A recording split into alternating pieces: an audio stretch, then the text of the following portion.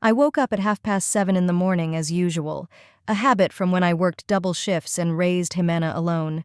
Now I didn't go to the supermarket until after lunch, but my body remembered the old rhythms. I brewed a stronger cup of coffee because it was going to be a busy day. Mother's Day. A holiday I'd always celebrated modestly, but Chimina had started throwing family dinners over the last few years. She said she wanted to create traditions for future children, even though there were no children yet. Patricio kept quiet on the subject, and I minded my own business. I didn't make a shopping list. I kept everything in my head: meat for enchiladas, fresh tomatoes, avocados, cheese, onions, chili peppers. Jimena has loved my enchiladas since she was a kid, although in the last year she started saying she's watching her figure. But on a holiday, it's okay. I also needed sour cream, cilantro, and lime for the guacamole. And of course, tortillas. I wouldn't have time to make my own, so I bought ready-made ones. I dressed warmly. It was still cool in the morning in May. I took a big bag and went to the Central Market. In the supermarket where I work, the prices are higher, but the quality is not always better. I know every vendor at the market, and they will give me good products. The first place I went was to the butcher, Don Carlos. His shop was open from 6 in the morning. He always brought fresh meat. "Valeria, happy feast day. Are you going to see your daughter?" He said hello, wiping his hands on his apron. "Thank you, Carlos. Yes, I'm going to Jimena's. I need about 800 grams of beef for the enchiladas." "Sure, I'll save you the best piece. How's your daughter?" "I haven't seen her in a while." Don Carlos remembered Jimena as a teenager, when I took her to the market. Money was tight then. I counted every penny. Jimena obediently followed me, helped me carry my bags, never asked me to buy anything extra. She works. They bought their own house with a mortgage. They live well. "When will she give you grandchildren?" "The time has already come." I just smiled in response. This question was asked by everyone I knew, and I didn't know what to say. Jimena has been married for 8 years, and still no children. She used to say she wanted to get on her feet first, buy a house, save money. Now she has a house, a steady job, and still no kids. Don Carlos chose a good meat, fresh with thin veins of fat. He wrapped it in clean paper and charged 20 pesos less than usual. "A discount for the holiday," he winked. At the vegetable stands I chose carefully. Tomatoes, ripe, but not overripe, so that they would not crumble in the sauce. Avocados, soft but without black spots. Onions are white, sweet, chili peppers fresh, bright red. Rosario, a saleswoman I'd known for 15 years, put aside the best vegetables for me. "Valeria, where's your Jimena? She used to come with you a lot." "She's all grown up now, she's got her own business. Married, working." Time flies fast. It seems like yesterday she was a girl and today she's an aunt. Rosario was right. Time really did fly by. Not so long ago, Jimena was in school, coming home hungry, talking about her classes and classmates. Now we called once a week and more out of necessity. I bought cheese from Patricia, not the Patricia of my son-in-law, but a dairy merchant. She was an old woman who made excellent cottage cheese. Jimena liked it very much, always asked to buy it from Patricia. "What's up, Valeria? I haven't seen you in a while. I work a lot. I don't have much time. How's your family?" "My eldest son went to America, sends money. The younger one stayed here, helps with the household. And my grandchildren are growing up, soon they'll go to school." Listening to Patricia, I was envious. She has 3 sons and 5 grandchildren. The house is always full of children's voices. The holidays are noisy and fun. But I have only Jimena, and she seems to grow farther away every year. I bought the tortillas from a small bakery where they were made by hand. More expensive than in the supermarket, but much tastier. I took 2 dozen of them so that there would be enough for everyone. I got home around 9 in the morning. The bags were heavy and my arms were sore, but I was in a good mood. I loved cooking, especially for my family, even if the family now consisted of only 3 people. The first thing I did was wash the meat, cut it into small pieces. I put it to stew with onions and spices. While it was cooking, I started the sauce. I scalded the tomatoes with boiling water, removed the skin and chopped them finely. I added garlic, chili pepper, and salt. Cooked over low heat, stirring occasionally. My phone rang when I was just checking the meat was ready. "Hello?" Valley, it's Florencia. How are you?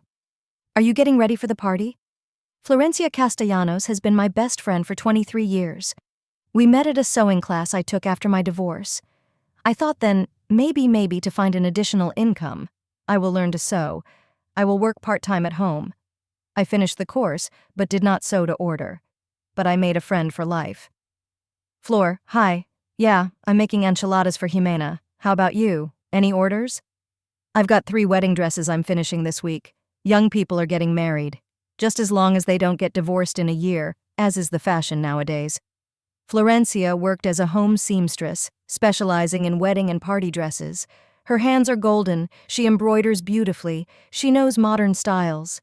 Customers come to her from neighboring towns. And how is Jimena doing? Asked my friend. She's fine. She is working, the house mortgage is paid off. I'm going to their house for dinner tonight. How's Patricio? Still drinking? I hesitated. The subject of alcohol was a sensitive one in our family. Patricio did drink, and not just on holidays. Jimena never talked about it directly, but I saw the signs. Red eyes, odor from his clothes, extreme mood swings. It's become more noticeable in recent months. I don't know, Flor. Jimena won't say anything, and I don't ask. Valeria, she's your daughter. If she's in trouble, you should know. She's a grown woman. She'll figure it out on her own. She's not a little girl. She is, but she doesn't have much experience. Do you remember how you struggled with your first husband? You thought you could handle it yourself too. Florencia was right. My first marriage wasn't smooth sailing either. Jimena's father, Ramon, worked construction, made good money, but he had a difficult temper. He could yell over nothing, not talk for weeks if something was not his. And then another woman came along and he left the family. It was different then. Jimena loves Patricio. They married for love. A lot of people marry for love, but even more divorce for love. After talking to Florencia, my mood was a little darker. I didn't want to think about problems in my daughter's family, especially on a day like this. But I'd had my suspicions for a long time. Jimena had lost weight in recent months, became nervous, often looked tired. She's fine at work, so there must be problems at home. The meat was ready by then. The sauce turned out great, too. Thick, flavorful, moderately spicy. I started assembling the enchiladas. I dipped the tortilla in the sauce, put the filling, rolled it into a tube and put it in a mold. I poured the remaining sauce on top, sprinkled with grated cheese. While cooking, I remembered how I taught this recipe to little Jimena. She was about 10 years old then, and she wanted to help her mother in the kitchen. I put a stool for her to reach the table and showed her how to roll up the tortilla correctly. Jimena did her best, even though it was uneven. She laughed when the filling fell out and asked for permission to taste the cheese. Mom, when I grow up, will I cook as good as you? She asked then. You will, daughter. Even better than me. But Jimena didn't like cooking. She studied well at school, especially math was easy. She said she would be an economist, counting numbers instead of standing at the stove. I didn't argue, as long as she grew up to be a good person. After school, I entered a technical school for accounting. She studied excellently, got a scholarship. I was proud of my daughter, though I still didn't have enough money. I worked part-time wherever I could. I did the neighbor's laundry, or I was on duty in the store after my main job. Jimena saw this and tried to help. She applied for all possible scholarships, participated in competitions where money prizes were given. After classes, she worked as a waitress in a cafe near the technical school. I came home late, tired, but I brought money. Mom, we'll manage, she said then. I'll study, find a good job, and we'll live normally. And we did. Jimena finished technical school with a red diploma and got a job in the personnel department of a textile factory. The salary was small but stable, plus experience, acquaintances, the opportunity to grow in the service. At 21, she met Patricio. He was a tall, handsome guy who worked then as a driver's assistant in a transportation company. He looked after Jimena beautifully, gave flowers, took her to the movies, complimented her. Jimena fell in love immediately and deeply. I didn't like Patricio very much from the beginning. Not that he was a bad guy, but there was something about him that made me suspicious. He talked a lot, promised even more, but his deeds didn't always match his words. Plus he was drinking even then, though he hid it. But Jimena was happy, and that's the main thing. After all the hardships of childhood and adolescence, she had finally found her love. Who am I to go against my daughter's happiness? They dated for 2 years. Patricio got his truck license and his salary increased. Jimena also did not stand still, became a senior specialist in the personnel department, got a raise. They decided to get married. The wedding was modest, but beautiful. 40 guests, a small restaurant, live music. I used my last money to buy my daughter a white, lacy, very beautiful dress. Jimena was the most beautiful bride in the world. The first years of marriage were quiet. They lived in a rented one-bedroom apartment, saving money for their own place. Jimena dreamed of a house with a garden where they could raise their children. Patricio agreed, although he did not show much enthusiasm. By that time, I had gotten used to working only in the supermarket. I gave up my second job. My health is not the same, and there was no need for it. Jimena became independent, did not ask me for money, on the contrary, sometimes helped herself. 3 years ago, they decided to take out a mortgage. They found a house in a new neighborhood, 2-story, 3 rooms, a small yard. The price was high, but the house was worth it. Jimena was delighted, planning how she would furnish the rooms, where she would plant flowers. The problem was that the mortgage payment was eating up almost half of their household budget. 1,800 pesos a month was a lot of money even for 2 working people. After all the mandatory expenses, they had very little left. "Mom," Jimena said to me, "could you help me with the mortgage? Just for a little while, until we get used to the new expenses." I said yes without a second thought. 1,200 pesos a month is a substantial amount for my salary, but my daughter is more important than all the money. I thought I'd help temporarily, for a year or 2 at the most. Patricio promised that he'd get a raise soon, and then they'd settle up. But 3 years had passed, and I was still transferring money to their account every month. Patricio never got a raise, even though he worked hard at the transportation company. Jimena didn't make any more money either. But their expenses went up. The house needed maintenance, utility bills increased, and they bought a car on credit. Sometimes I wondered if it was time to talk to my daughter about it. But every time I found excuses. They had repairs, or the car broke down, or some other unforeseen expenses. And I didn't want to ruin the relationship over money.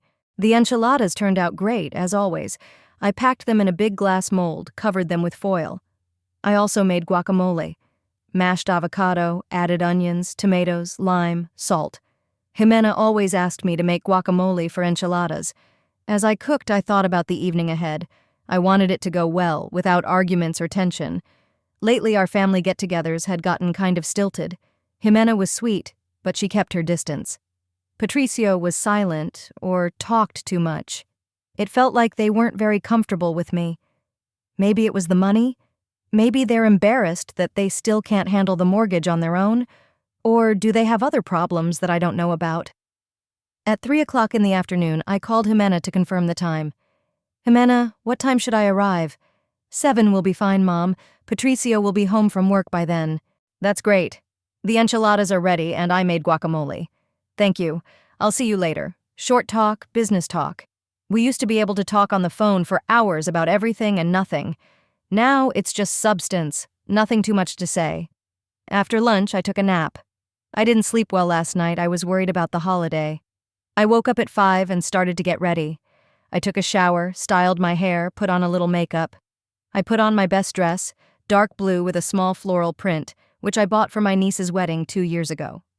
It took me a long time to choose a gift for Jimena. I wanted something special, but not too expensive. In the end, I bought a beautiful scarf, silk, with a bright floral pattern. I saw it in the store window a week ago and immediately thought of my daughter. The colors are bright, cheerful, just what Jimena lacks now. At 7:30, she hailed a cab. The bus to their neighborhood rarely ran, and with the containers and gifts, it was inconvenient to take public transportation. The driver was chatty, talking about his family, his work, and politics all the way. I listened half-heartedly, thinking about my own. Jimena and Patricio's house looked well-maintained. The facade had recently been painted light yellow, the windows were white, the roof was red tile. Flowers grew in the yard, velvets, petunias, some shrubs. It was obvious that the owners cared about their home. I was always proud that my daughter had achieved her own home. Let it be a mortgage, let it be with my help, but a house of her own. It means a lot. After a childhood in rented apartments and rooms, Jimena finally had a place she could call home. As I approached the front door, I adjusted my dress and picked up the gift and the container of food. My heart was a little anxious. How would the evening go? What's in store for us? But I smiled and pressed the bell. Mother's Day. A family holiday. A time to be together. Jimena opened the door. She looked very beautiful. Her hair was neatly styled, light makeup accentuated her eyes, and her sea wave-colored dress fit perfectly. Her smile was sincere, warm, the kind I remembered from my childhood. "Mom, happy holidays!" She hugged me tightly, really. "Come quickly, we are waiting for you." "Happy Mother's Day, my daughter." I gave her a present and kissed her on both cheeks. "I brought enchiladas, your favorite." "Oh, how wonderful! I was just thinking I haven't had them in a while." "Thanks, Mom." The house welcomed me with warmth and comfort. There were candles burning in the living room, fresh flowers on the table, and soft music playing. Jimena was clearly trying to create a festive atmosphere. On the coffee table there were family photos, which were not there before. Apparently, she had taken them out for the occasion. "It's beautiful," I said, looking around. "Did you get new curtains?" "Yes, we bought them last week. Patricio says the old ones are faded. Do you like them?" "Very nice. The color goes well with the furniture." We went into the kitchen where Patricio was cooking dinner. Something was sizzling appetizingly on the stove, and the smell of roasted meat and spices wafted through the house. His son-in-law was in a good mood, humming to himself, stirring something in the pan. "Oh, our dear mother-in-law has arrived." He turned around with a wide smile. "Happy holiday, Valeria. How are you? How is your health?" "Thank you, Patricio. I'm fine. And how are you?" "Fine. I'm working hard. Orders are coming in one after another." Today I decided to cook dinner myself, to give my wife a rest in honor of the holiday. There was an open bottle of beer on the table, half empty, but Patricio looked cheerful, not drunk. He spoke clearly, moved confidently, only his eyes shone a little brighter than usual. "What are you cooking?" I asked. "Pork steaks with vegetables, and potatoes baked in the oven. Jimena says I'm good at cooking meat." "Patricio is a really good cook," my daughter confirmed. "He has a light hand for meat dishes." The son-in-law smiled contentedly at his wife's compliment. They looked like a happy couple. He was carefully preparing dinner, she was setting the table. There was warmth and mutual understanding between them. "Valeria, sit down," Patricio suggested. "Everything will be ready now. Would you like a beer or juice?" "Juice would be better, thanks." "And I'll open another bottle." He took a beer from the fridge. "It's a holiday. We can relax." Jimena threw a slight glance at her husband, but didn't say anything. Apparently, on holidays, she didn't mind his drinking. The table was set beautifully. A white tablecloth with a lace border, beautiful dishes I had given them for their wedding, napkins in silver rings. In the center stood a vase of bright gerberas, my favorite flowers. Jimena had remembered that and had bought them specially. "It's beautifully set," I complimented, "just like in a restaurant." "Mom deserves the best," Jimena said, adjusting the folds of the tablecloth. "You've done so much for me. I want at least sometimes to please you." Her daughter's words warmed my heart. Lately we saw each other rarely, and sometimes I thought we were drifting apart. But today Jimena was as affectionate as when she was a child. "All right, let's get to the table," Patricio announced, bringing a large platter of meat. "Today, we celebrate the best mom in the world." We sat down at the table. Patricio sat at the head of the table, and Jimena and I sat at his sides. My son-in-law ceremoniously placed the steaks on plates, added vegetables and potatoes.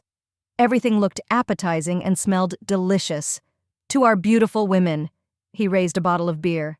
"To Jimena, the best wife, and to Valeria, the best mother-in-law." We clinked glasses.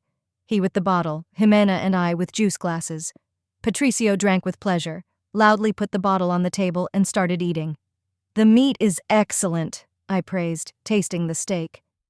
"The secret is in the marinade," Patricio explained. "I prepared it in the morning, adding special spices. I found the recipe on the internet. And the vegetables are deliciously cooked, and the potatoes are crispy." Patricio is a really good cook, agreed Jimena. I'm still learning from him. But you're better at salads, her husband replied gallantly. Everyone has their own talents. They looked at each other sweetly, exchanging compliments. The atmosphere was warm, family-like. I enjoyed these moments. It's been a long time since we all got together just to have dinner and talk. How are things going at work? I asked Jimena. Not bad, a lot of work, but interesting. Next week we're hiring new employees. The department is expanding. That's good. It means production is growing.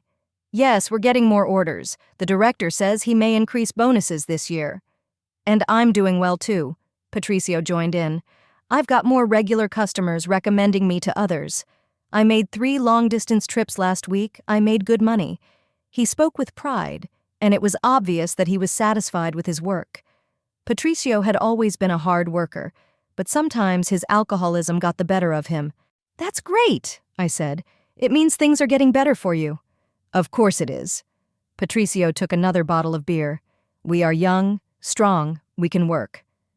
Jimena looked at her husband again, but he was already opening a bottle. His third this evening. But so far alcohol had not spoiled him. He remained cheerful and talkative. Valeria, how are you doing? Work is not hard? He asked. I'm used to it. Colleagues are good, customers are mostly polite. Nothing to complain about. Isn't it boring at the supermarket? It's the same thing every day, punching out items, giving change. Patricio, Jimena gently reprimanded him. What? I'm not asking you anything. I'm interested in my mother-in-law's work. It's not boring, I answered. I'm used to people, and they're used to me. Many customers are already like acquaintances. Well, working with people is always interesting. I deal with different people too. You carry cargo, you talk to customers. Every day, something new. Patricio was getting more and more talkative. He told me about his trips, about the cargoes he carried, the cities he saw. He spoke interestingly, with humor, and I listened with pleasure. Do you remember, Mom, how we traveled with you when we were kids? Suddenly asked Jimena. Of course I remember. We traveled to the sea by bus every summer. I loved those trips so much. We sat on the bus. You told me stories and bought me candy. Money was tight then, but I always took you to the sea. I thought that a child should rest. And rightly thought, agreed Patricio. Children traveling is useful for children, expand their horizons. We recalled different stories from the past, how Jimena studied at school, how she participated in competitions, how she looked for her first job. Patricio listened attentively, sometimes asked questions, laughed at funny cases. I spent my childhood in the countryside, he said. I lived with my grandparents for a couple of years while my parents were settling down in the city. It was a completely different life there. Tell me, asked Jimena. I got up early in the morning, helped milk the cows. Then I went to the field with my grandfather, planted potatoes and harvested corn. It was hard but interesting. You feel you're doing good. Was there a school there? I asked. There was a small one, 3 classes in one room. There was one teacher for all of them, a strict one, but good, fair. Patricio spoke warmly of his childhood. It was obvious that those years left in his memory good memories. Alcohol made him sentimental, but in a good way. It seems to me that in the village children grow up more independent, said Jimena. Of course, agreed her husband. They are taught to work, to be responsible. Not like in the city. Here many people live like children until they are 30. But there are more opportunities in the city, I objected. Education is better, there's a lot of work. Yes, Patricio nodded. Everyone has his own advantages. The main thing is that a good man should grow up. Over dessert, bought cake with strawberries, we talked about plans for the future. Jimena told about the advanced training courses she wanted to take. Patricio dreamed of having a bigger car of his own so that he could carry more cargo. Maybe in time we will open our own company. He shared his plans. We'll buy a few cars, hire drivers, Jimena will do the accounting. That's an interesting idea. I supported it. The main thing is to calculate everything well. We will definitely calculate. We are serious people. We do not work on chance. By the end of the dinner, Patricio had already drunk 4 bottles of beer, but he held himself with dignity. He was cheerful, sociable, but did not cross the boundaries. Jimena also relaxed, laughed at his jokes, told funny stories from work. "What a good time we had," I said when we were done with the cake. "It's been a long time since we've talked like this." "Yes, it was great," Jimena agreed. "We should get together more often." "We will," Patricio promised. "Family is sacred. We must keep the family ties." He said it sincerely, and I believed him. Despite his faults, Patricio loved Jimena and tried to be a good husband. "Mom, do you remember how we used to have lunch together every Sunday?" Jimena asked. "You'd cook something special, and we'd spend the whole day at home." "Of course I remember. You did your homework. I did the housework. And at night we'd watch movies together." I loved those Sundays, especially in winter when it's cold outside, but at home it's warm and cozy. "And now you have your own house, your own family." "That's right. But you'll always be the most important thing to me, Mom. You know that, don't you?" "I know, sweetheart." We hugged, and I felt a warmth spread through my chest. That's what life was worth living for. Moments of intimacy with my daughter. "Let's have some more tea," Patricio suggested, "and look at the family photos. Valeria, you haven't seen our new photos for a long time, have you?" "I'd love to see them." Jimena brought an album, and we began to leaf through the pages. Photos from their trips, holidays, meetings with friends. A young, beautiful couple, happy and in love. It was a pleasure to look at these pictures. "I especially like this picture." Jimena showed me a picture where they stood embraced against the sunset. "We went to the sea for our wedding anniversary." "It's a beautiful photo," I agreed. "You both turned out very well." "And here we are with friends at a barbecue."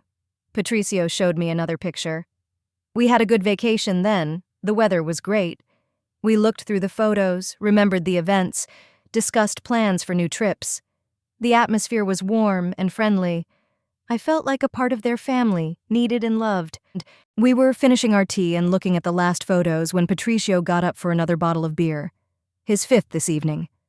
Jimena followed his gaze and shook her head quietly, but he ignored her sign. "It'll be a while before the party's over," he said, opening the bottle.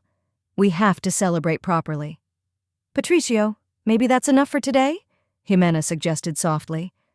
"Enough of what? Mother's Day is once a year. A holiday like this deserves special attention." He sat back down at the table, took a big sip, and looked at me with a scrutinizing gaze. There was something new in his eyes, not aggression, but some kind of assessing coldness. "Valeria, are you satisfied with your life?" he suddenly asked. The question sounded strange. During the whole evening, he had never asked such personal questions. "In general, yes. Why?" "Just curious. You live alone, you work as a cashier, you don't have much fun. Isn't it boring?" "Patricio," Jimena said warningly. "What?" "It's okay to ask. I'm really curious about how people live at that age." "At that age," the phrase cut the ear. "I'm 58 years old, not 90, and he said it with a kind of disdain. "I live normally," I replied with restraint. "I have a job, a house, friends. Have you tried to find a man? Or is it too late?" "Patricio!" Jimena blushed with shame. "What is it again? Why can't we talk about life? Valeria isn't an old woman yet. She could have a private life." I felt my irritation rising. To discuss my personal life with my son-in-law, and even in such a tone, it was inappropriate. "I'm fine alone," I said coldly. "Yes, I see. After a failed marriage, many women are afraid of men. They think they're all the same." "I'm not afraid of anyone. I just haven't met the right man." "Or didn't look for one," Patricio grinned. "It's easier to live alone. No one to please, no one to take care of." "Patricio, that's enough," Jimena said firmly. "This is not your business." "How is it none of my business? She's practically my relative. I take care of her, take an interest in her life." His care was more like an interrogation, and the alcohol was clearly loosening his tongue more and more. "Do you know, Valeria, what I don't like about you?" he continued, ignoring his wife's displeasure. "Patricio, shut up!" Jimena raised her voice. "I don't like that you spend too much time alone. It makes people strange, withdrawn. You, for example, you're always so serious. You don't smile much." "I smile enough," I objected. No, you don't. And then you think too much about the past, all the time about how Jimena was raised, what difficulties there were. You have to live in the present. I live in the present. No, you don't. You're living in the memories. And it's affecting Jimena. She feels guilty that your life didn't work out. My life has worked out just fine, I said, trying to control my voice. Yeah? A single woman of 58 who works as a cashier in a supermarket? That's what you call a perfectly good life? Every word hit like a slap in the face. He said what a lot of people think about women my age but don't say out loud. Patricio, stop it right now. Jimena got up from the table. You're out of line. What boundaries? I'm telling the truth. Valeria needs to know what she looks like from the outside. I don't need to know what I look like from the outside, I said, getting up too, especially through the lens of alcohol. Oh, now I'm an alcoholic? Patricio laughed. It's a classic trick to turn the tables on the person you're talking to. I didn't say you were an alcoholic, but you've had too much to drink and you're talking too much. Inappropriate? What did I say that was unnecessary? That you're a single woman with no prospects? It's true. Patricio, I'm warning you. Jimena was furious. What are you warning me? Don't I have the right to speak my mind in my own house? You have no right to insult my mother. I'm not insulting, I'm stating facts. Your mother lives a boring, empty life and tries to find meaning through you. Enough! Jimena shouted, but Patricio could not be stopped. Alcohol completely blew all the brakes, and he was spewing out what had accumulated over the years. Do you know what annoys me the most? He turned to me. That you're playing the victim. A poor single mom who gave herself to her daughter. But in reality, you just couldn't make a life for yourself. You've got a nerve! Jimena was on the verge of tears. Insolent? I'm saying what we both think but are afraid to say out loud. We? Jimena interjected. Of course we are. You said yourself that Mom is too clingy, that she... I never said that. Yes, you did, just not in those words. But the meaning was the same. I looked at my daughter, expecting her to forcefully refute her husband's words. But Jimena remained silent, and there was something eloquent in her silence. So, I'm obsessive? I asked quietly. Mom, don't listen to him, he's drunk. But he's referring to your words. Yeah, I didn't say anything like that. Not like that. Wrong way meant that I did say something like that. Maybe not in the same harsh words, but the point was the same. Valeria, don't take offense. Patricio suddenly became conciliatory. I just want you to understand, Jimena is a grown woman, she has her own family. She needs space for her own life. I'm not interfering with anyone's life. Yes, you are. With your constant presence, your calls, your concern. Jimena feels obligated to you. Obliged to do what? To make you happy. That's not her job. Patricio's words were cruel, but there was a truth in them that I didn't want to admit. Was I really such a burden to my daughter? Mom, don't listen to him, Jimena repeated, but her voice sounded uncertain. No, let him say what he thinks, I said. Since he started it. I think you're a good woman, but too lonely. And that loneliness makes you, how shall I put it, demanding of other people's attention. Demanding? Yeah. You expect Jimena to call you all the time, visit you, tell you about her life, and when she doesn't, you resent her. I'm not resentful. Yes, you are. Jimena told me how upset you get when she doesn't call for a long time. Another reference to her daughter's words. I looked at Jimena, but she avoided my gaze. Is it true? I asked. Mom, well, sometimes you do get upset if we don't communicate for a long time. Isn't that natural? A mother worries about her daughter. Worrying is normal, but demanding constant attention is not. I'm not demanding anything. You do, Patricio intervened. With his behavior, looks, size. Jimena feels guilty if she doesn't give you enough time. Patricio is right, Mom, Jimena said suddenly. Sometimes I do feel guilty. These words hit harder than all the previous ones. My daughter herself admitted that I was a burden to her. I see, I said. So I'm interfering with your life. No, you're not, but sometimes your care becomes a burden. Heavy? Yeah, you're always worrying, asking about every little thing. I feel like I have to account to you for every move I make. I'm just interested in your life. You're too interested, Patricio concluded. to the point of obsession. Mom, we don't want to offend you. Jimena moved closer. But we really need more freedom. Freedom from me? Freedom to be on our own, to make decisions without looking at how you feel about them. Do I make you look over your shoulder? You don't, but you make it seem like we have to live our lives the way you think is right. I've never told you how to live. No words, Patricio agreed. But your silent disapproval is sometimes worse than any words. I remained silent, trying to digest what I had heard. It turned out that all these years I was not a caring mother, but an obsessive aunt who was interfering with my daughter's life. You know what, Valeria? Patricio continued. Maybe you should find a hobby or a more interesting job so you don't dwell on our lives. I'm not obsessing about your life. Yes, you are. Jimena is the only thing you have. And that's wrong.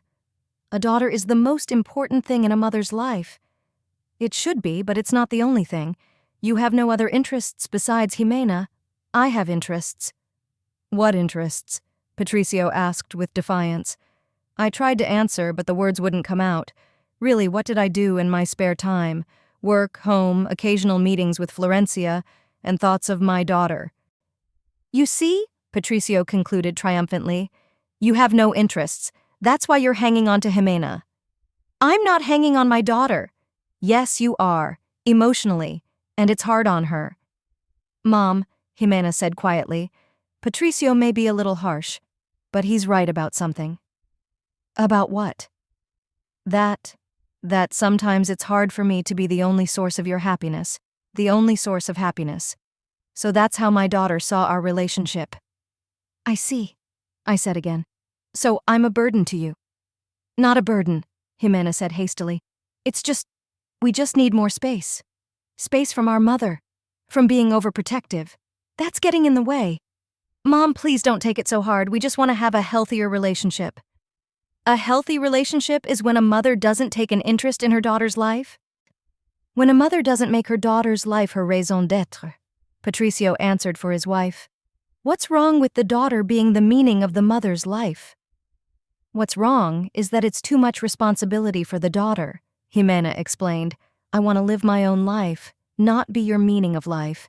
Every word was like a knife in my heart. My only daughter, who I had lived for all these years, was telling me she didn't want to be my reason for living. Okay, I said quietly. I get it. Understood what? Jimena asked. That I'm in your way, that my love and care are a burden to you. Mom, don't say that. How can I say it? You said yourself that I am obsessive, that I hang on you, that I make you the meaning of my life. We didn't mean to offend you, Jimena cried.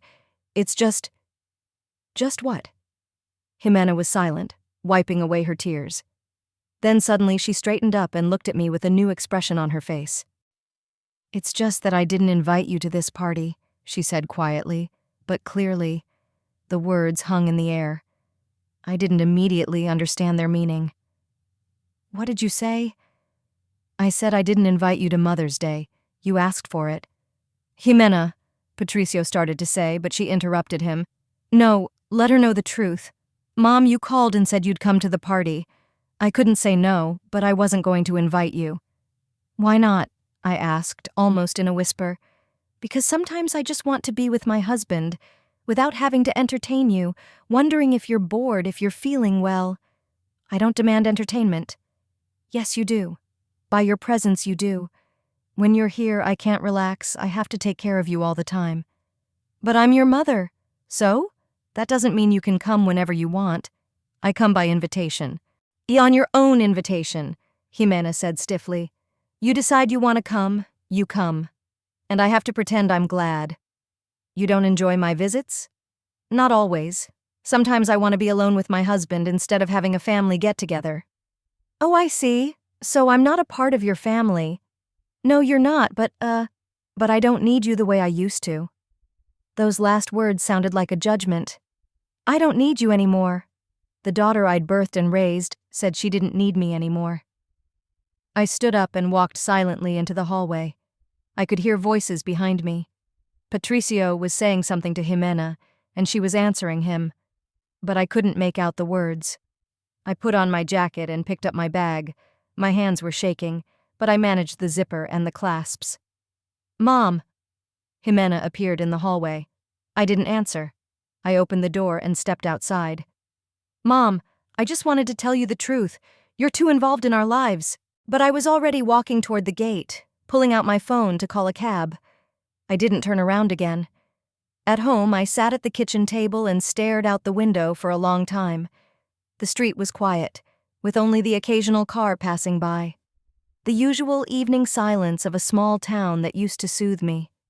Now it seemed empty and cold. My daughter's words still echoed in my ears. "I don't need you anymore." How could anyone say that to a mother?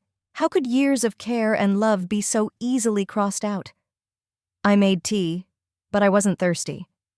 I sat and thought about what had happened, how quickly my view of my relationship with Jimena had changed.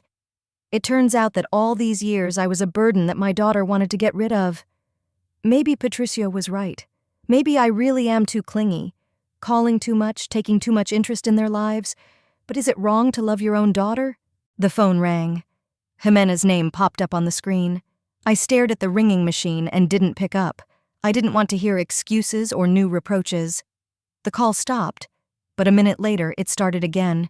It was Jimena again. Again she didn't answer. A third call, a fourth. My daughter was obviously worried, but I wasn't ready to talk to her. I needed time to think things through. After the 10th missed call, the phone finally went silent. I put it on silent and put it in my desk drawer. Let my daughter think about what she'd said. I changed into home clothes, washed my face, brushed my hair. Habitual evening actions helped to calm down. The mirror reflected a tired woman of 58. Not old, but not young either. Lonely, as Patricio had said. But what's wrong with being lonely? I have a job, a roof over my head, some money in my account. I have my friend Florencia. I have acquaintances from work. The ordinary life of an ordinary woman. I went to bed late, couldn't sleep for a long time. I thought about Jimena, about what she's doing right now, probably talking to her husband about last night. Perhaps Patricio is satisfied. He achieved his goal, pushed away the annoying mother-in-law. In the morning, I woke up with a heavy head. The sun was shining outside the window. A new day was beginning, but my soul was gray and empty. For the first time in many years, I didn't know why I should get out of bed. I got up and made breakfast. I turned on my phone. 13 missed calls from Jimena and 4 messages. I didn't read them, turned the sound off again. At 9:30 in the morning, she called the bank. I waited until they put me through to the right department and gave my details. I want to cancel the automatic transfer," I told the bank employee. "To which account was the transfer made?" I dictated Jimena's account number, which I knew by heart. "Yes, I can see that. A regular transfer of 1,200 pesos. What date do we cancel it?" "Today." "That's good. The cancellation will take effect immediately. Do you need a confirmation?" "No, I don't." "All right. The automatic transfer has been canceled. Let me know if you need any help." I hung up and felt strangely relieved. For 3 years, a significant portion of my paycheck had gone out every month. Now that money would stay with me. What to do with it? Patricio said I was too focused on my daughter. Maybe he's right. Maybe it's time to think about my own needs. It was too early to go to work. I cleaned the house, did the laundry, made dinner. The routine calmed me down, distracted me from my heavy thoughts. But from time to time, I still thought about last night. The most painful thing was the realization that Jimena had spoken sincerely. It wasn't a momentary outburst of anger or the influence of a drunken husband. The daughter had long thought so. It was just the first time she dared to tell the truth. At 2:00 in the afternoon, Florencia came in. I didn't call her, but she sometimes dropped by unannounced if she was in the neighborhood. "Vale, hi." She came in with a bag of groceries. "How was Mother's Day?" I was silent, not knowing what to say. Florencia looked at me carefully and put the bag on the table. "What's wrong? You seem kind of weird." "It's nothing special." "Valeria, we've been friends for 23 years. I can tell when you're in trouble. Tell me." I made tea and we sat down at the table. Florencia waited patiently for me to gather my thoughts. "Yesterday, Jimena had an unpleasant conversation," I began. "What kind of conversation?" Patricio had a drink and started saying things about how I'm lonely, obsessive, that I'm interfering with their lives. Drunken nonsense. Florencia dismissed it. Maybe. But Jimena backed him up. The friend frowned. She knew my daughter well, remembered her as a teenager. Supportive how? She said I was making her my life's work, that it was hard on her, and that she didn't invite me to the party. What do you mean she didn't invite you? That's what I mean. I asked to come and she couldn't refuse. Florencia was silent for a long time, pondering what she had heard. What did you do? I left. Just packed up and left. That was the right thing to do. What did you do today? Today, I canceled the automatic transfer on their mortgage. Wow, Florencia raised her eyebrows. That's some serious action. They want autonomy, let them have it. All of it. Did Jimena call? She's called many times, I don't answer. Valeria. Florencia leaned across the table to me. Maybe it's not that bad? Maybe they just had a fight, maybe they were in a bad mood. No, Flor, Jimena was being serious. She really thinks I'm in her way. Then let her live without your help. Let's see how quickly she changes her mind. And if she doesn't? Then you'll know the truth about your daughter. It's better to know the truth than to live in illusions. Florencia was right. Illusions sooner or later dissipate, but the truth remains, no matter how bitter it is. You know what hurt me the most? I confessed. Not Patricio's words, but the fact that Jimena supported them. He's drunk, he can say anything stupid. But she was sober. She spoke thoughtfully. Jimena has always been selfish, Florencia said suddenly. What do you mean? What I say. She was used to taking, but not to giving. Do you remember how she used to take all her toys as a child? How she used her girlfriends at school for her own purposes? I remembered, but it seemed like normal childish behavior at the time. She was a kid. Kids are different too. Some share, others just take. Jimena was always the second type. But she helped me when she was in school. She worked, she brought me money. Because she knew that without education, you can't have a good life. It was a calculation, not a desire to help her mother. Her friend's words were cruel, but they were true. Indeed, Jimena had always been calculating. Even as a child, she rarely did anything out of kindness. Maybe I'm a bad mother? I asked her. Maybe I failed to cultivate compassion in her. Valerie, stop blaming yourself. You're a great mom. It's just that some people are born with a cold heart. But she's my daughter. So what? That doesn't mean she'll automatically be a good person. Character isn't inherited. We sat in silence for a long time, finishing our tea. Florencia was the only person I could talk to frankly. She knew my family history, had seen me raise Jimena. What do we do now? I asked. Live my life, find new interests, new people, stop depending on my daughter's moods. That's easy to say. Hard to do, I agree. But it has to be done, otherwise you'll suffer all your life. That evening, Florencia left, and I was alone. I turned on the TV and watched the news. Then I switched to a show I hadn't seen in a long time. Just an ordinary evening of an ordinary woman living alone. The phone was silent. I guess Jimena realized I didn't want to talk, or maybe she was just tired of calling. At 8 p.m., I went to the supermarket where I worked. Not to shop, but to distract myself. I talked to my coworkers who were finishing their evening shift. They asked me how the holiday was, but I answered in one word. On my way home, I stopped by the bookstore. I hadn't bought a book in a long time. I was always saving money. I chose a detective novel and a love story. I'll read them at home to distract myself from sad thoughts. At home, I made herbal tea and sat down to read. The book was fascinating. I forgot myself and read until late at night. For the first time in many years, I spent the evening just for myself, not thinking about my daughter and her problems. As I went to bed, I thought about how the day had not gone as badly as expected. Yes, it had been painful and lonely. But the loneliness wasn't as bad as I thought it would be. On the nightstand was a switched-off cell phone. I wondered if Jimena had called, but I didn't want to check. Let her wait. Let her think about what she said. As I fell asleep, I thought about the past years. How many times had I denied myself shopping to help my daughter? How many evenings spent alone because Jimena was busy? How many times had I swallowed my resentments so I wouldn't ruin a relationship? Now, It was all over. My daughter told me she doesn't need me anymore. So I'm free to live for myself, not for anyone else. The next morning, I woke up with a clear head. The sun was shining outside the window, birds were singing in the trees. A good day for a new life. I turned on my phone, 7 more missed calls from Jimena and 3 more messages. This time, she read one of them. "Mom, please call. We need to talk. Need to talk." Now that her daughter has spoken her mind, she needs to talk.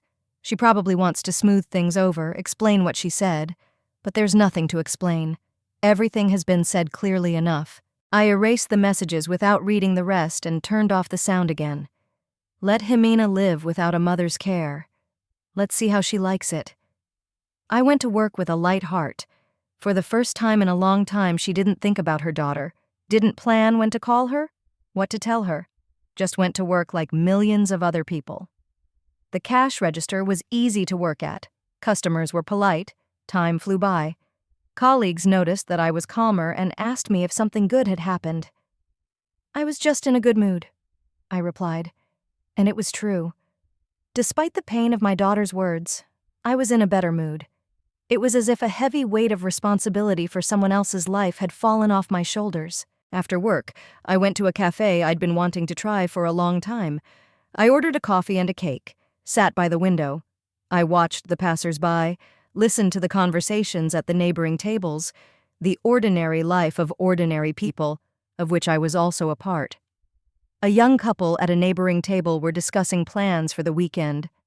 A middle-aged woman was reading a book while sipping a latte.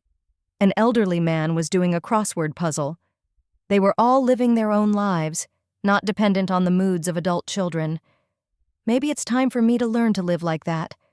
Not to wait for calls from my daughter, not to plan my day depending on her plans. Just live and be happy with what I have. At home, I read the novel I bought yesterday, watched a movie on TV, cooked dinner just for herself. A small portion without counting on the fact that someone else might come. The phone was still in the desk drawer. Sometimes I wondered if Jimena was calling, but I didn't want to check. Let her get used to the fact that her mother was no longer available 24 hours a day. In the evening, Florencia called to see how things were going. "Better than yesterday," I answered honestly. "It turns out you can live without thinking about your daughter all the time." "Of course you can. And you should. You're not an adjunct to Jimena, you're your own person." "Yes, I'm beginning to realize that." "So what are you planning to do next?" "I don't know yet. Maybe find a hobby. Or maybe I'll enroll in some classes." "That's a great idea. Just don't stay home and feel sorry for yourself." After talking to my friend, I felt energized. It's really time to find new interests. Time to stop waiting for someone else to make my life interesting. The next day, the third day after that memorable evening, I still didn't return my daughter's calls. The phone rang less frequently. Apparently, Jimena realized I didn't want to talk. Or maybe she was tired of calling. Maybe she thought that if her mother was offended, she should call first. But I wasn't going to call. Not after what I heard. My daughter said she didn't need me anymore, so she can live without me. And I'll try to live without her. 3 days passed quietly. I was getting used to a new mode of life, without constant thoughts about my daughter, without waiting for her calls, without planning meetings. Strangely, it was a relief. For the first time in years, I felt free. Jimena called less and less often. Yesterday there was only 1 call, today none so far. I guess she realized I wasn't going to answer, or maybe she just got tired of calling, or maybe she decided that if her mother was offended, she should call me first. At work, my coworkers noticed that I was calmer. Maria, who worked at the neighboring cash register, even asked if I had fallen in love. I laughed. At the age of 58, it was a little late to fall in love. "I was just in a good mood," I explained. "I could tell you were in a good mood. You used to worry all the time, but now you're so peaceful." "Worried, that's a good point. I was always thinking about Jimena, worrying about her family, planning how to help. Now I didn't have that burden." I walked home leisurely, looking in store windows. She saw a beautiful scarf, which she had wanted to buy for a long time, but had been postponing the purchase because of the economy. Now that I had 1,200 pesos a month left, I could afford small pleasures. I went to the store and tried on the scarf. The saleswoman said that the color suited me very well. I bought it without a second thought, the first purchase for myself in a long time. At home, I made tea and sat down to read a new book. The detective was exciting. I read and did not notice how dark it got. The streetlights were lit outside the window and the street was empty. A quiet evening in a quiet town. At 9:30, there was a sharp knock on the door. Not a bell, but a knock. Insistent, demanding. I was surprised. Who could come at such a time without warning? I went to the door, looked through the peephole. Jimena and Patricio stood on the threshold. The daughter looked determined and angry. The son-in-law, gloomy and obviously drunk. Even through the door you could smell alcohol. "Mom, open up at once!" Jimena shouted demandingly, banging on the door again. "We know you're home, and we're not going anywhere until we talk." I hesitated. I didn't want to see them, especially after that conversation. But they clearly weren't going to leave. "Valerie, open the door right now!" Patricio shouted rudely. "We're having a serious conversation with you. I had to open it." They burst into the hallway without even saying hello. Jimena was pale but determined. Patricio was staggering, barely on his feet, but his eyes were burning with anger. "Explain to me immediately why you canceled the transfer of the money for our mortgage." Jimena jumped on me right away. "We received a notice from the bank today that the payment failed. You asked for independence, now live on your own," I calmly replied. "Do not pretend that you do not understand the difference," said my daughter sharply. "We asked you to stay out of our personal affairs, not to leave us in a financial hole. You clearly said that you don't need me anymore and that you don't want me." "So what? That doesn't mean you can take away our home," Jimena shouted. "Without your money, we can't pay the mortgage." "Then you shouldn't have said those words to me. Actions have consequences." "What consequences?" "I have every right to tell my mother the truth about her behavior, and I have the right to stop helping those who reject me. Listen to me carefully, Mother." Jimena spoke slowly and threateningly. "We don't need you as someone who keeps prying into our affairs, but that doesn't mean you can stop doing your motherly duties. That's my daughter's true attitude towards me. You don't need me as a person, but you need my money." "I see. So I'm just a source of money for you to keep quiet and pay." "Not a source of money, but a mother.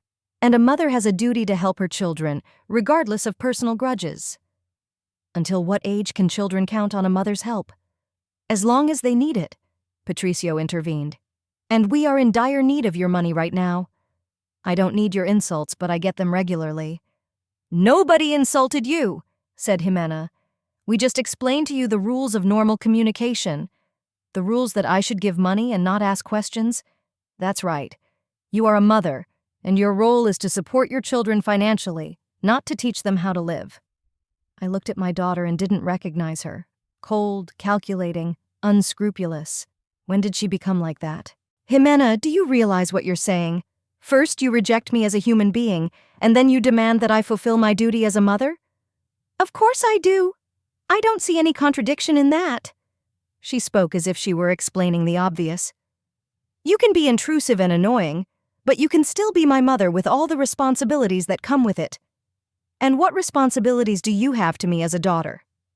"None in particular. I didn't ask you to have me. It was your decision, so the consequences of that decision are your responsibility." Those words hurt more than physical pain. My daughter had said openly that she didn't think she owed me anything. "So you think I should support you for the rest of your life just because I gave birth to you?" "Not for life, but for as long as we need help." Jimena said it like it was obvious. "And now we need help, and you have to help.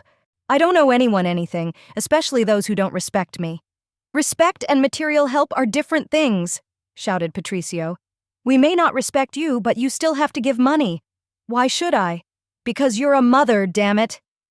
He strode into the living room, starting to look around aggressively. "And you have money that should go to your daughter." "What money?" "I only have my paycheck." "Don't lie to us. You've been saving for 3 years to help us." Jimena intervened. "So you know how to save money, and you must have savings." "My savings are my business." "No, our business." Patricio began to open closets, going through things. "We're going to have them when you die anyway, so why not give them away now, when we really need them?" "Patricio, what are you doing? Stop it right now." I tried to stop him. "I'm looking for justice." He was throwing my stuff on the floor. Where do you keep your savings? At the bank? At home in a safe? There is no safe. I don't have any savings. Of course you do. All people of your age save for a rainy day. Jimena stood by and watched her husband's actions without the slightest judgment. Mom, you better tell me where the money is, or Patricio will turn the house upside down. Jimena, this is my house. How can you let him run around here? Very simple. Because you're being unfair and you're forcing us to take extreme measures. The daughter spoke calmly, as if it were something ordinary. If you had agreed to help right away, no one would have broken anything. I don't have to help you after what you said. Yes, you do, because we're your family, and family can't be left behind. Can a family insult a mother and tell her she's not needed? Hey, it can if the mother is not behaving properly, said Jimena without a shadow of shame. We were just trying to correct you, and you took offense like a little girl. Patricio, meanwhile, went to the dresser, pulled out the drawers, dumped the contents on the floor. Lingerie, documents, family photos scattered across the room. Where are the bank cards? He yelled. Where are the deposit papers? Old people always keep documents at home. I won't give you anything. You will, Mom, you will, Kamina said coldly. Because if you don't, we'll lose the house, and that will be on your conscience. If you lose the house, it will be because of your own stupidity. What stupidity? We've been working honestly, and we counted on your support. Counted on the support of someone you consider intrusive and unnecessary? So what? One doesn't interfere with the other, Kamina spoke as if it was logical. You can dislike a person but use their money. You can't! That's called consumerism. Not consumerism, but a reasonable use of resources. You're lonely anyway, and no one else needs you, so at least let your money do some good. Those words were worse than any insult. My daughter openly said that she thought I was useless. Jimena, do you hear what you're saying to your mother? I do, and I'm not going to apologize. She looked at me without a shadow of remorse. I'm telling the truth that you don't want to accept. You are a lonely old woman who has no one but me, and it is your duty to look after my welfare. Is it your duty to look after your mother's feelings? I have no such duty. Nobody forced you to give birth to me. Patricio overturned a chair, broke a vase, began to smash the bedroom. The noise was becoming unbearable. Where's the cash? He yelled. You old hag, tell me immediately where you hid the money. I won't answer. Yes, you will. We'll find it anyway. He was throwing things, breaking furniture. Either you tell us yourself or we'll search every corner. Patricio is doing the right thing, Mom, Jimena said coldly. You've driven us to despair with your selfishness. If you don't want to give money voluntarily, you'll be forced. How can you say that? I'm your mother. Bad mother, Jimena cut her off. A good mother would never abandon her daughter in a difficult moment because of some empty grudges. Empty grudges? You said you didn't need me. So what? That doesn't negate your responsibilities as a mother. You can be unneeded and still be useful. At that moment, there was a loud knock at the door. Insistent, demanding. Valeria, what's going on there? Came the concerned voice of Don Evaristo. Open up, neighbor. We've been hearing a terrible noise for half an hour, Donna Amparo added. Patricio froze with the broken frame in his hands. Jimena wrinkled her nose in displeasure. Don't you dare open the door, she hissed at me. This is our family business, and outsiders must not interfere. But I was already on my way to the door. The neighbors were the only ones who could help me. Don Evaristo, Mrs. Amparo, help me, I shouted as I opened the door. They are demanding my money and smashing my apartment. On the doorstep stood my neighbors, an elderly, sturdy man and an energetic middle-aged woman. Behind them, I could see several other people from our neighborhood. What is going on here? Don Evaristo asked sternly, looking at the mess. They have come to demand money that I do not owe them, and now they are breaking furniture and looking for my savings, I explained. This is our family business, and you shouldn't have come here, Jimena said aggressively. We are settling relations with our mother, who left us in trouble. What do you mean, left us in trouble? Donna Amparo was surprised. She helped us with the mortgage for 3 years, and now suddenly she refuses to pay. Jimena explained as if it were an outrageous injustice. We could lose the house because of her. No one forced you to take out a mortgage you can't pay. Don Evaristo objected. "We can pay with mother's help. Shouldn't a mother help her children?" "She should, if the children respect and love her," replied Donna Amparo. "And all you seem to want from her is money." "What's wrong with that?" Jimena asked defiantly. "She's lonely anyway, and there's nothing else to spend the money on. Let her help her daughter." Don Evaristo was a sturdy man, despite his age. He had worked as a mechanic all his life and was used to solving problems on their merits. He assessed the situation and took a decisive step forward. "Girl, stop your naughty behavior and get your drunken husband out of here immediately." "You stop it, Grandpa!" Jimena snapped at him. "Nobody asked you to come here. This is our family business."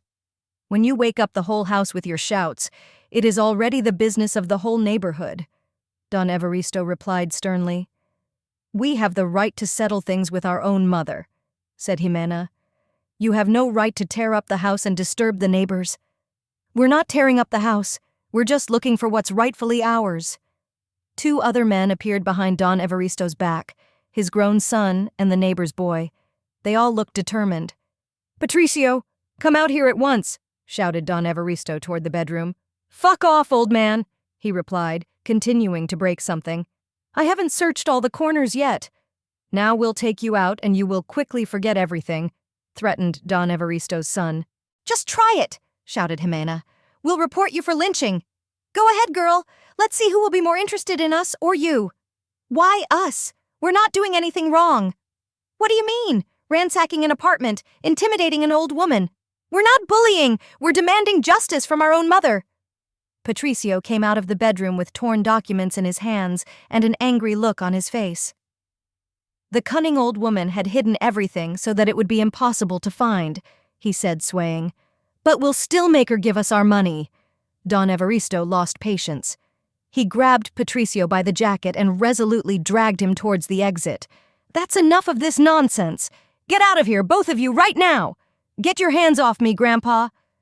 Patricio tried to break free and hit the old man, but got caught in the air. Don Evaristo, despite his age, was an experienced fighter. He easily dodged the drunken swing and responded with an accurate punch. Patricio staggered backwards and hit the door jamb. "Patricio!"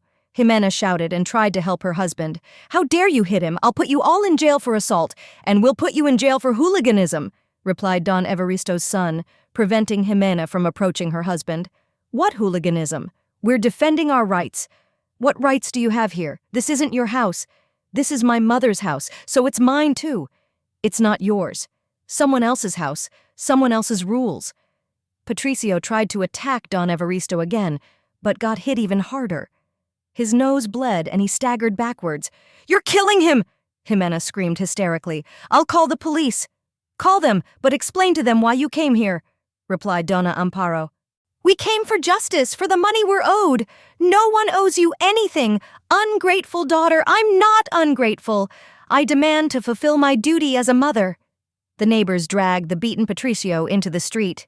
Jimena ran after him, still shouting and threatening to sue. In the street, they were joined by several other men from neighboring houses. All of them were outraged by what they heard. "What insolence," they said. "They came to their own mother with fists. They demanded money by force. They've lost their conscience. And this is the daughter? What a disgrace." Patricio received several more blows from the angry neighbors. Jimena tried to defend him, but they pushed her away. "Stop hitting him!" she shouted. "You can see he's drunk!" "Drunk but insolent," replied the men. "Let him know how to get in the way of his elders." "Get out of here and don't show your face again," warned Don Evaristo, "or you'll get worse next time." Jimena picked up her battered husband and put her arm around his shoulders. Patricio's face was covered with blood, one eye was swollen shut, and his lip was swollen. He looked pathetic and angry at the same time. "Let's go home," Jimena whispered, supporting her husband. "Let's not forget it." Patricio wheezed through broken lips. "We'll get our money back." "You'll get it," shouted Don Evaristo. "You'll get a fist in your face if you show up again." Jimena helped her husband to the car, put him in the passenger seat. Before she got behind the wheel, she turned around and looked at me. There was anger, resentment, and something akin to hatred in her eyes. "Mom, I will never forgive you for this." she shouted across the street. "You embarrassed us in front of the whole neighborhood. You could have handled this as a family instead of making a circus out of it." "I didn't make a circus, Jimena," I said quietly.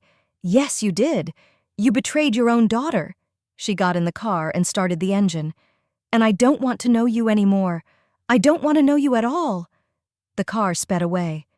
Jimena drove away the beaten husband, and I stood among the neighbors and looked after them. "Valeria, are you all right?" Doña Amparo asked. "I'm fine. Thank you so much for helping me." "What kind of people are these?" Don Evaristo was outraged. "They're attacking their own mother with their fists. How can you do that to the one who gave birth to you and raised you?" Dona Amparo shook her head. The neighbors helped me up to the apartment to clean up the worst of the mess. Don Evaristo put back the overturned furniture. His son swept up the shards of the broken vase. Doña Amparo collected the scattered things. "If they show up again, yell to us right away," Don Evaristo said in parting. "We'll get them straightened out in no time." "Thank you, but I think they won't come again. Jimena is proud. Will not go for such humiliation a second time." After the neighbors left, I was alone in the trashed apartment. My belongings, documents, photos were everywhere. A broken vase, a broken chair, torn papers.